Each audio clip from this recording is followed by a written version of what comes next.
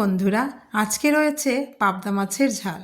তো পাবদা মাছের ঝালের জন্য কিছুটা মাছ আমি ধুয়ে পরিষ্কার করে নিয়েছি। এবার একটু নুন আর হলুদ দিয়ে মাছটা মেখে রেখে দেব। এবার ওই মাছের জন্য করব একটা মশলা। তো মশলা করার জন্য আমি নিয়েছি এখানে 2টা পেঁয়াজ, আর নিলাম একটা টমেটো আর কিছুটা কাঁচা লঙ্কা। তো এগুলো আমি পেস্ট করে নেব। তো পেস্ট করে রেখে দিয়েছি, এবার মাছগুলো ভেজে নেব।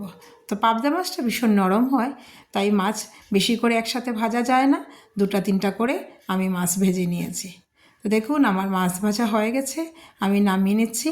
আর বাকি কটাও একসাথে আমি ভেজে নিয়েছি।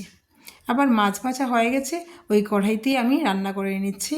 তো পেস্ট করেছিলাম টমেটো, কাঁচা লঙ্কা আর পেঁয়াজ, তো এই পেস্টটা দিয়ে দিলাম, আর উপরে গোড়া লঙ্কা, হলুদ আর স্বাদ মতো নুন দিয়ে দিচ্ছি। এবার মশলাটা ভালো করে কষাবো। তো এখানে যেহেতু আমি কাঁচা পেঁয়াজ দিয়েছি, টমেটো দিয়েছি, তাই আমার এই পেস্টটা কিন্তু একটু কাঁচা কাঁচা গন্ধ না থাকে, তাই ভালো করে এই পেস্টটাকে কষাবো। অল্প একটু জল দিয়ে দিয়েছি, ভালো করে আমি কষাচ্ছি। দেখুন, তো এইভাবে দেখুন তেলও বেরিয়ে গেছে, আমার মশলাটা ভালো করে কষানো হয়ে গেছে। আর মশলাটা কষালে খেতে কিন্তু ভালো লাগে। এবার দিয়ে দেব গরম জল। তো গরম জলের পরিমাণটা আমি একটু বেশি দিয়েছি, কারণ এই ঝোলটা একটু হালকা পাতলা হবে। তো এবার আমার ঝোলটা ফুটে গেছে, আমি সবকটা মাছ দিয়ে দিয়েছি।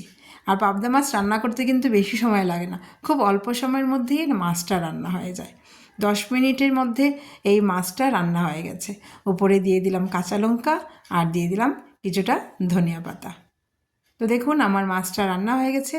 এবার 2 মিনিটের জন্য আমি ঢাকা রেখেছি। ঢাকা খুলে মাছটা এবার নামিয়ে নেব।